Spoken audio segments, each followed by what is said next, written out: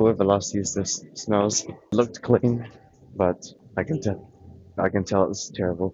It looks clean, but you could smell it. It's really bad. Yeah, whoever last used this thing, I mean, it looks clean, but it just smells really bad.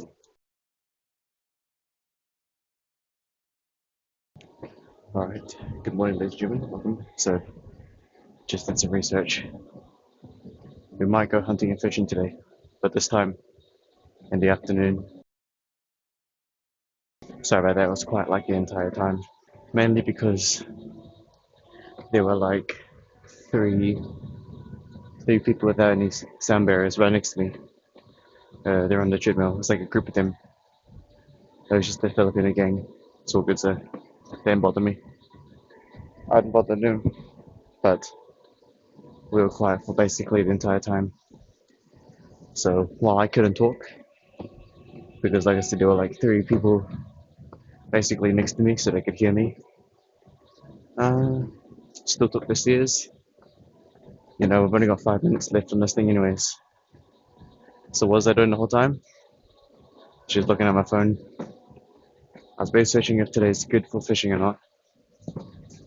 Apparently it might be good. Apparently it's 8 out of 10 today at the lake, but it's in the afternoon. And your boy doesn't really fish in the afternoon. I only do the mornings. We could try, maybe. I'll see about it.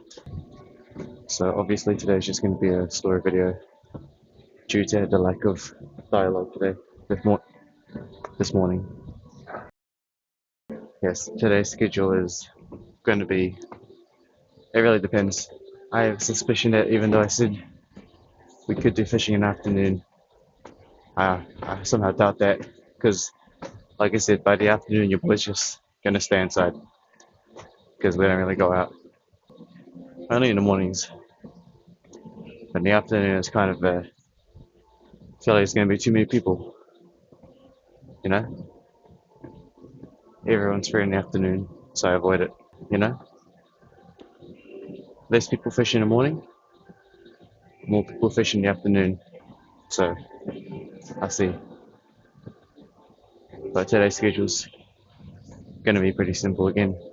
First, Alpha D regime, editing, dips and pull-ups, food, some waterworks, some more editing work, see what kind of offline, off-stream VODs I could do, and then, yeah. Also today's stream is gonna be attacking the trials in Minecraft, and then maybe Solarpunk. Yesterday I didn't even stream. Yesterday I was too busy absorbing the sun, not gonna lie. I think it was 2 days without sun, so yesterday I basically spent the whole day absorbing sun. Nearly 2 hours too. That's good though. Anyways, yeah, today's gonna be a story video because of how lacking the dialogue was today. So I'll see y'all soon, alright? I'm like 1 second off. Simple, as always.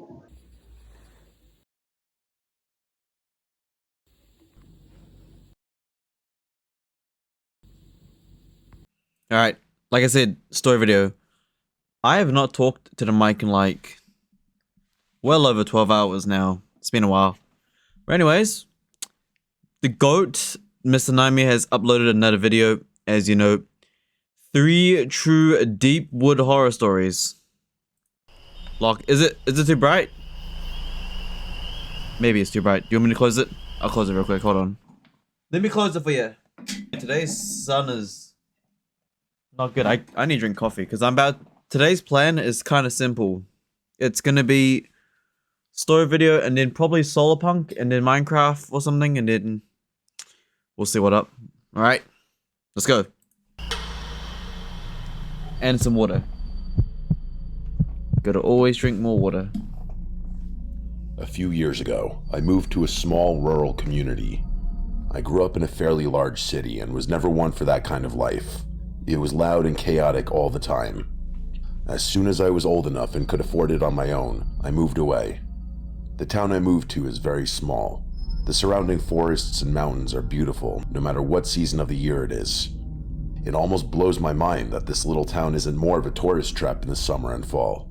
The quiet little town doesn't have much. A few restaurants, a couple bars, a gas station which also does repairs, one supermarket, a small police station, and that's basically it. Even the closest Walmart is like an hour away. My little paradise of a town is really off the grid, and I wouldn't want it any other way. I've been living in this town for over 3 years now, and other than one horrible day, it's been great. But even peaceful towns can sometimes have dark secrets. When I first moved to town, I got a part-time job at the local supermarket. I used to manage one of the grocery store chains in my hometown, so I had a lot of experience. I would go in first thing in the morning and unload the trucks and stock the shelves of the small store. The owner offered a management position, but I turned him down. I only wanted to work part-time, basically so I could have a little extra spending money and an excuse to get out of the house. I have a part-time job that I do online as well, and that's the bulk of my income. I wanted as much free time as I could possibly afford so I could hike and fish as much as possible. Real. There's so many woodlands in this area that it would take me a lifetime to hike them all. Of course, I'm up for the challenge. So every day off, rain or shine, I would find a new area to hike, and I would head into the woods for the entire day. It didn't take me long to start this new lifestyle. Almost immediately after moving into town, I started hitting the trails and trying to meet the locals. At night, I would grab a bite to eat in town, and I learned quickly that everyone in the area was unexpectedly pleasant. Everyone except one. I'm referring to a man named Hector. I should say that Hector wasn't mean or rude, he was just strange, like on another planet strange. The first time I met Hector, I was just arriving at work a little after 5 in the morning, and he ran up to my car window as I was getting out of the car. Where I'm from, if someone does this, you punch them in the face before they can hit you, but not here. I put my hands up in a defensive position and started yelling at him. He screamed in my face and skipped away, legitimately skipped. As I was standing there confused out of my mind, one of my coworkers came up to me and told me that his name is Hector, and he's harmless. Apparently, he's lived in or near town for a long time, but nobody knows exactly where he lives. Everyone assumes he's homeless and probably lives under a bridge somewhere. They just leave him alone and let him wander around because he isn't hurting anybody. It was alarming for him to scream in my face, but if everyone in town claimed he was harmless, then I just went along with it. For the next few weeks, I would see Hector everywhere. It didn't matter if I was going to work at the crack of dawn or leaving the bar after 11. I would see him just wandering the streets. He was a short guy, but strong looking. He was built like an ox. He couldn't have been taller than 5'3" at most. He was What was 5'3"? Tyler 1?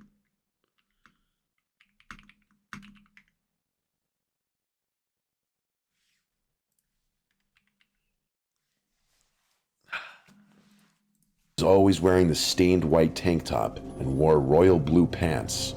I couldn't tell if they were jeans or sweatpants. He had a long, dirty gray beard, and his hair was in a ponytail, even though he was bald on the top of his head. And even with this strange appearance, the most notable thing about Hector was the skipping. Every time you'd see him moving, he'd skip. His blissful ignorance was almost envious sometimes. No wonder people say he's harmless. Bro's like Yuki Tsunoda height, so of course they're saying he's harmless. What's he gonna do? One He's actually taller than me, but whatever. morning when I was driving to work, I saw Hector standing on the corner facing the opposite direction of my car. As I was approaching the intersection, I saw him waving to someone. When I passed the intersection, I could see now that he wasn't waving to anyone. He started talking to someone and looked very animated, even though nobody was there. I just continued driving and minding my business. Honestly, it's not that weird for someone in Hector's position to talk to themselves, especially if they're not a danger to themselves or others. I couldn't care less what he was doing. Yeah, he's chilling. That next weekend, I hit the woods on my day off. I spent a few hours hiking a part of the forest I hadn't been to yet. While I was deep in the forest, I thought I could hear the Let me guess, Hector's been living in the woods. Probably got like a Minecraft house in the woods or something. He's chilling.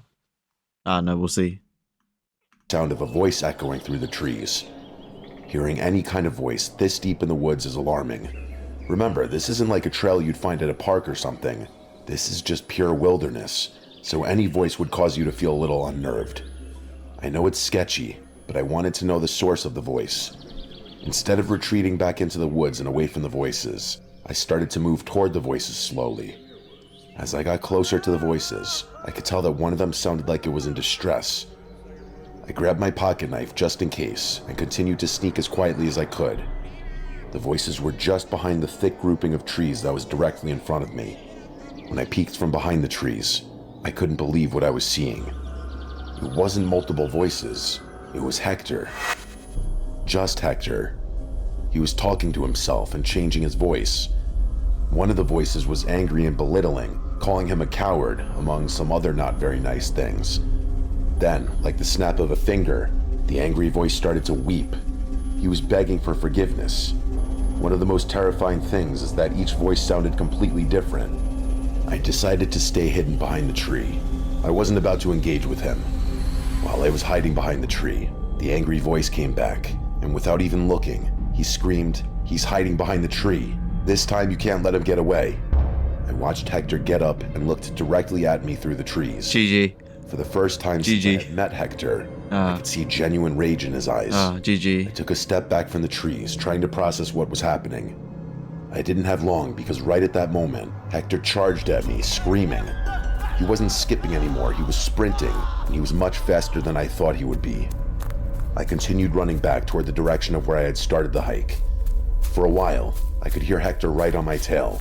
He kept screaming that I was not going to get out of the forest alive. He would laugh and then scream. Every few minutes, it sounded like he was right behind me, about to grab me, but... I mean, humans are the most dangerous creatures. It's so unpredictable, right? So, I mean, the storyteller, is it his fault? This is kind of a it is what it is situation, to be honest. I mean, sure, you could have avoided walking... You could have avoided not going towards the voice, but also you also chose to hike alone and fish alone in the wilderness, so it's kind of like, it is what it is, right? You took the risk, you know what happens sometimes. You know, it is what it is, right? It is what it is. Just like driving a car, right? You know that someone could easily one-shot you, you know?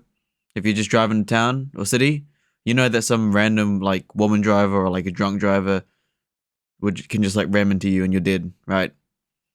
And, like, who you never know, like, maybe the car in front of, like, you know, the car in front of you, family 4 just blows up in front of you. It's like, oh, is what it is, right?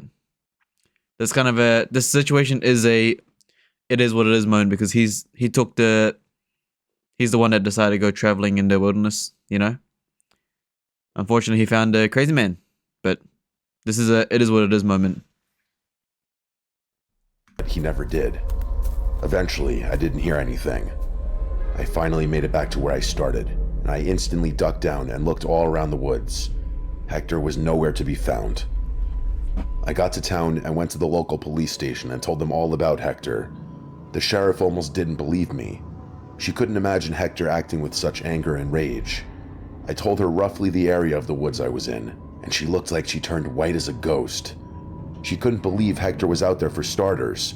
This was several hours worth of hiking into the woods, but she told me that isn't even the most disturbing part. Right around the area in the woods I was describing, she told me they found the remains of one of the local men from town years ago. She told me that it was disturbing and saddening for the entire community. They never found out who did it, and it's one of the only dark blemishes on an otherwise peaceful town. She started to wonder if maybe Hector had something to do with the horrible crime. She was trying to remember exactly when Hector started appearing in the town.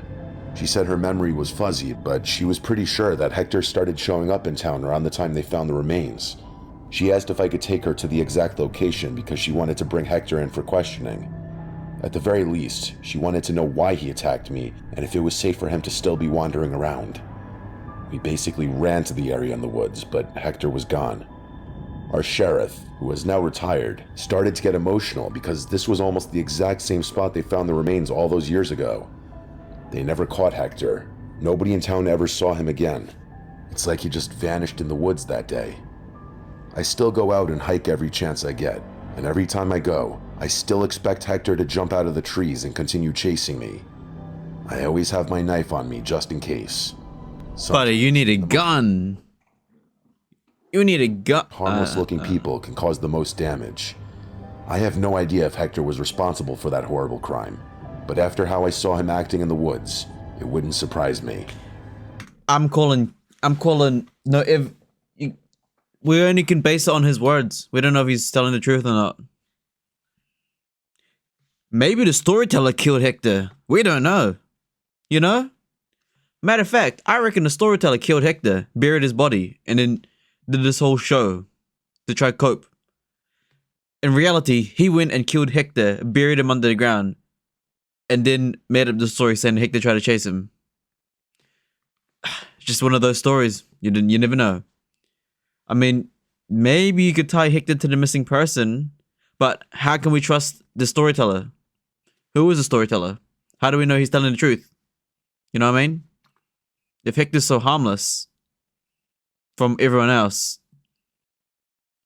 how do we know that the guy telling the story is telling the truth? He could be lying. The guy telling the story could have actually killed Hector and buried his body there. Maybe the storyteller's the killer. You don't know. It's hard to draw lines because it is what it is, right? We can only go based on his words anyways. We don't even know if that story actually happened. How do we know Hector actually chased him? You know? If Hector's always around in town, where was he last time? Because you just said it was 7 hours to get there or something. So, yeah. That's a mystery story. You don't know. You don't know. Alright, hold on, I'll be back. Alright. Lock in. I remember asking why Hector wasn't questioned when they found the remains, and nobody could really give me a solid answer. Now that I've lived here for a few years, I assume it's because these people just aren't equipped to deal with crimes of that magnitude. I don't know this for sure, but I'm assuming there wasn't a lengthy investigation. After writing and reliving this, I still can't believe this happened. It still feels surreal to me. My advice to anyone who hears this is to always pay attention, because you never know what evil could be on the inside of someone. Even someone as harmless and seemingly happy as Hector appears. How much you want to bet that the storyteller is the one that murdered Hector? Because Hector was never found again. So, how much you want to bet that the storyteller is actually the evil one? His word of advice, what was his advice? Don't trust the innocent? He acting all innocent like he's the victim. You don't know. The storyteller could have killed Hector. You don't know. Appeared to be. That's a very mysterious story with no conclusion. It is what it is. There's no proof. I'm writing the story while it's still fresh in my head. My girlfriend Katie and I just got back from what was supposed to be a multiple-day hiking trip. The reason I'm writing this down is that I'm not exactly sure what happened to us. The more I think about it, the more I start to spiral down a rabbit hole of insane thoughts. 3 days ago, we started this long, planned-out hike in the mountains of upstate New York. If anyone's familiar with that area, they'll know just how beautiful it is. When people outside of New York State think about New York, they tend to only think about the city. Yeah. Upstate New York.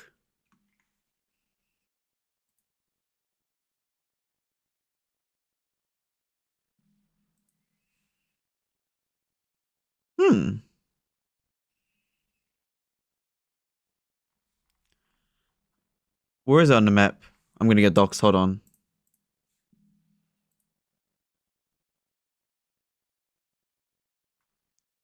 I knew it. Dude, every time I open up Google Maps, it literally doxes me. I knew it. It's happened too many times before in the past. Straight up doxing me, bro. Nah, whatever. Screw it. But there's so much more to this state. I would argue that the nature here in New York is vastly underrated. Our planned trip was supposed to last 4 days and 3 nights. A chance to get off the grid and just be alone with each other and nature. We love to hike and be outdoors. We've hiked forests and mountains all over the country, so this trip wasn't anything out of the ordinary. The first day went smoothly. Other than some patches of rain, we didn't have any other issues. We set up a tent, ate some food, and turned in for bed so we could get an early start on our hike tomorrow morning. During the night, I woke up and noticed that Katie was sitting up. She looked scared, which is out of character for her. I asked her if she was okay, and she sort of tripped over her words at first. Eventually, she got the words out. She told me that she heard something outside the tent, something that freaked her out. Initially, I thought it could have been an animal like a deer because they're everywhere up here, but that wouldn't have caused her to be as freaked out as she was. I told her I'd take a look, and as I reached for the zipper inside the tent, she gasped and grabbed my hand. She begged me not to open it. I still had my hand on the zipper looking at Katie, trying to figure out what could have scared her this much. My thought at the time was that she might have had a bad dream and was still in that half-dream state. While I was contemplating what to do next, I watched Katie freeze. This time, I heard it as well. Outside the tent, I swear I could hear someone walking around. We both sat quietly and listened to the footsteps walking around outside. The way the footsteps sounded, it was clearly not an animal. Whoever was outside just kept walking around the tent. Every couple of minutes, the person would giggle. She had a high-pitched laugh. Neither one of us had any idea what to do. It may have been stupid, but we decided our best course of action was just to stay put until dawn and hope that whoever was outside the tent was gone. I'm not sure exactly how long she was outside the tent, but eventually, the sound of her walking around stopped. For a few hours, we heard nothing except the quiet forest. Usually, this sound is our favorite thing in the world, but on that night, the quiet forest had us. I'm playing a loud ass speaker in the tent. I'm making a noise. If you want to make a noise, I'm making a noise. I'm blasting the whole forest. Matter of fact, I think I've told this many times, right?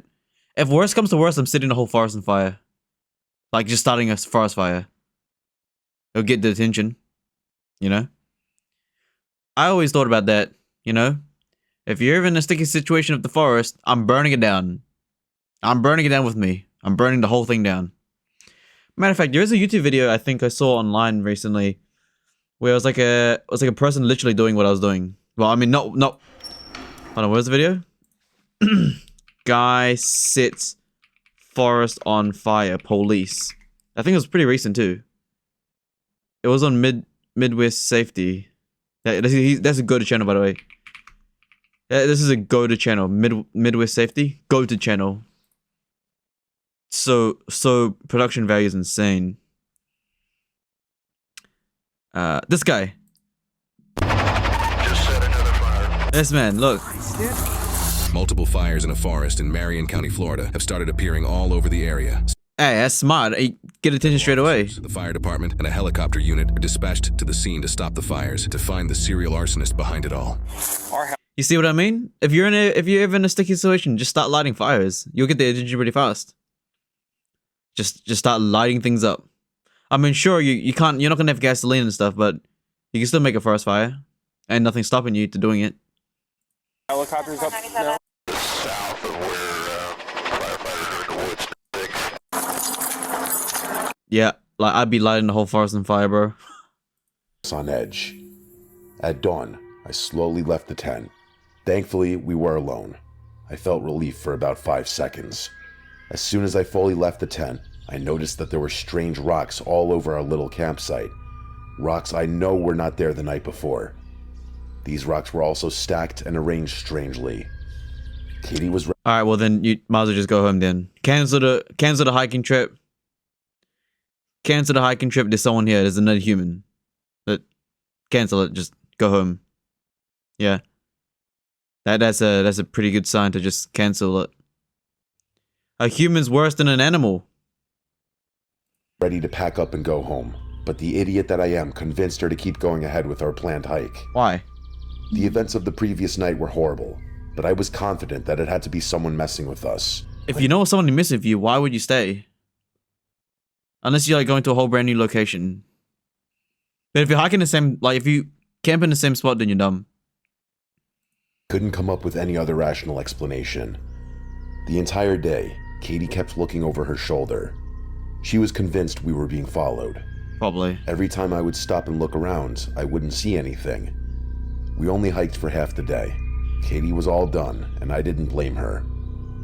We set up our campsite and got ready for the evening. Okay, so you set up a camp somewhere else. Okay. So you set it up somewhere else. Katie begged Again, you probably should have just gone home. But they didn't. Or else the story would have ended already. me to head back tomorrow. If we left at dawn and basically jogged, we could most likely cover all the ground for the last day and a half. The whole point of these hikes is to enjoy them, and she was not enjoying herself. That night, I was sure she wasn't going to be able to sleep. I was wrong. She must have been exhausted. She passed out as soon as her head hit the pillow. It took me a while, but I finally started to get sleepy. Just as I was about to fall asleep, I could hear someone whisper. It jolted me awake. I looked next to me in the tent to see if Katie was awake. I thought that maybe she whispered something to me, but she was still out like a light. Then I heard the whisper again. It was a soft female voice, and she said, "Come outside, Artie." I couldn't believe I just heard my name. Then a different woman's voice said, "Yeah, Artie, please come outside, we're waiting." I didn't react. I didn't do anything except sit completely still. Bro's tripping. He's in a dream or something. How would those girls know his name? He tripping. Katie was still asleep, and I didn't know if I should wake her up and cause a panic, or just ignore this like the previous night. He's in a dream. They didn't whisper anymore, but I could hear them running around the tent. It wasn't like the previous night when they were walking. They were for sure running now. To make things worse, while they were running, they started to laugh uncontrollably. These high-pitched laughs were the worst thing I've ever heard. It was like they were cackling. During the laughing, one of the voices got much deeper and louder, and she shouted, "Come outside now."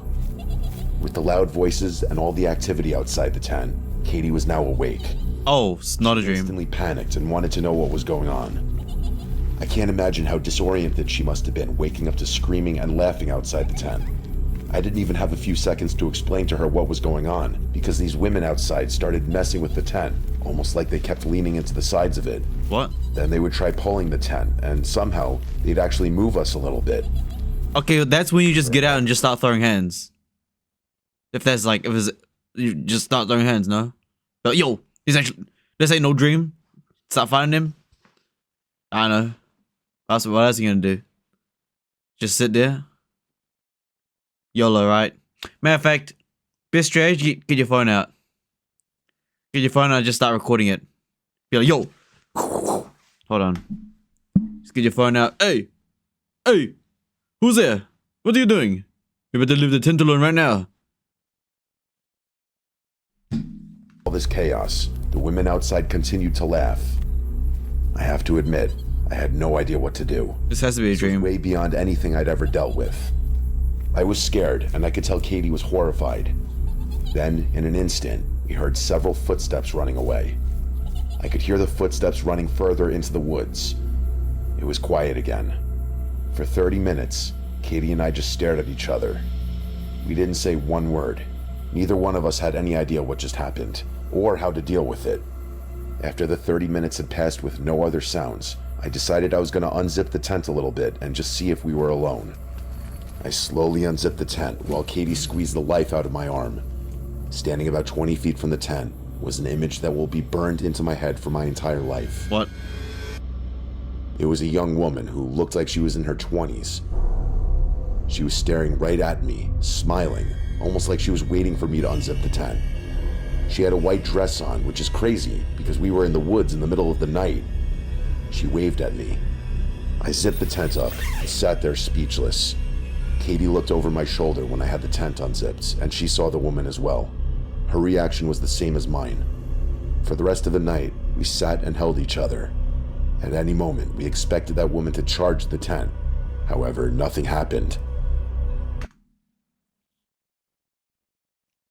Charge back at her.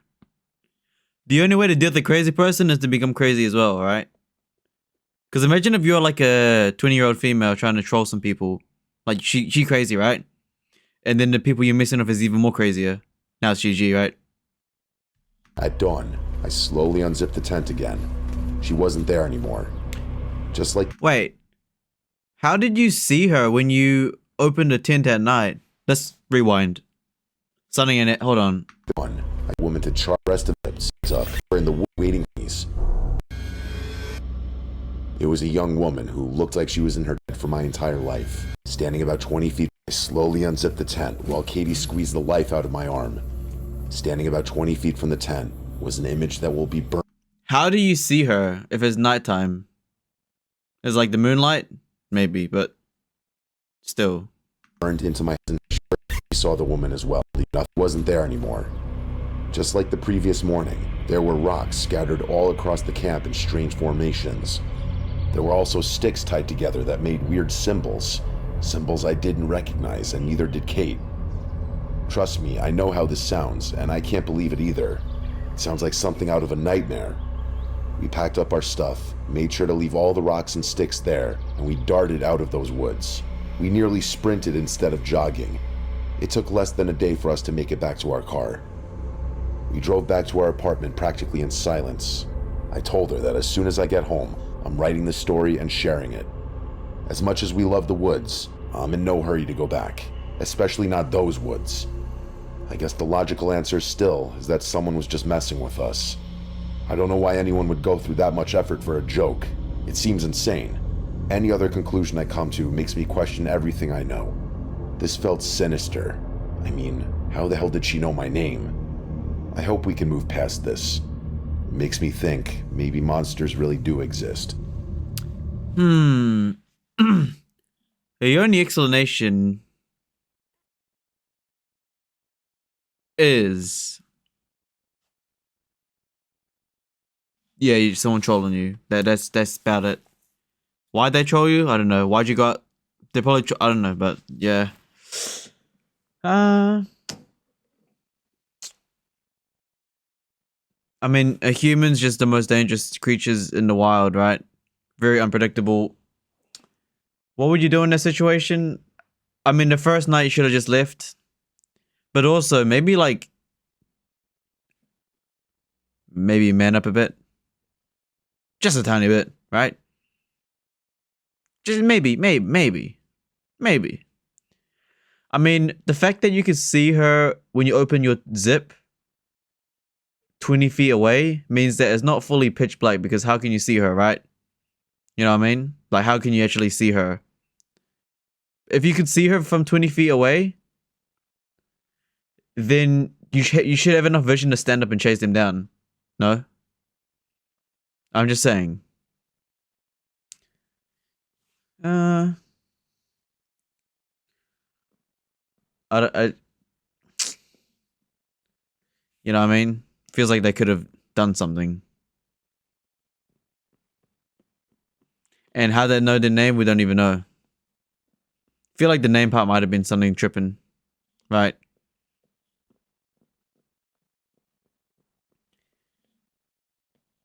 But I don't know. The only rational logic is that someone was just trolling them. A homeless woman just trolling him. They're camping in her territory. You know? That's like the only logical situation. And I guess yeah. That's about it. Alright, ladies and gentlemen, appreciate it, right? We're gonna save the last one for whenever probably tomorrow, actually, because tomorrow is gonna be another story video, so yeah, I appreciate it, alright? That was pretty interesting. It's not too bad. I don't even know we talked much this morning, but whatever. Yeah, so far listens, I don't know. First one is definitely It Is What It Is. The first story is definitely mysterious. Okay? Second story seems to have a tiny bit of evidence. You know? But yeah. Alright.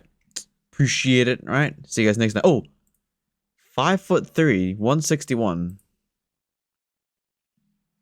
What? Wait, 20 feet. How far is 20 feet? 6 meters.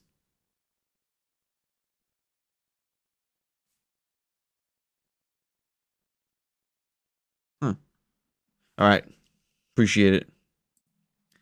Sorry, I know I was going to end the story video, but this is just a couple minutes later, but for that story with the woman, right?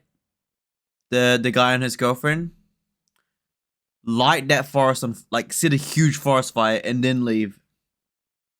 That's a good idea, because then if that woman's still trolling, the police will find, you know what I mean? Like, just, hey, anything freaky happening, any freaky thing that happens in a forest, burn it down. Yeah, if that happened to me, 20-year-old ghost woman, I'ma just set the forest on fire and then leave. Who's gonna stop me? Huh? Ain't nobody gonna stop me setting the hot forest on fire. Yeah, lock in.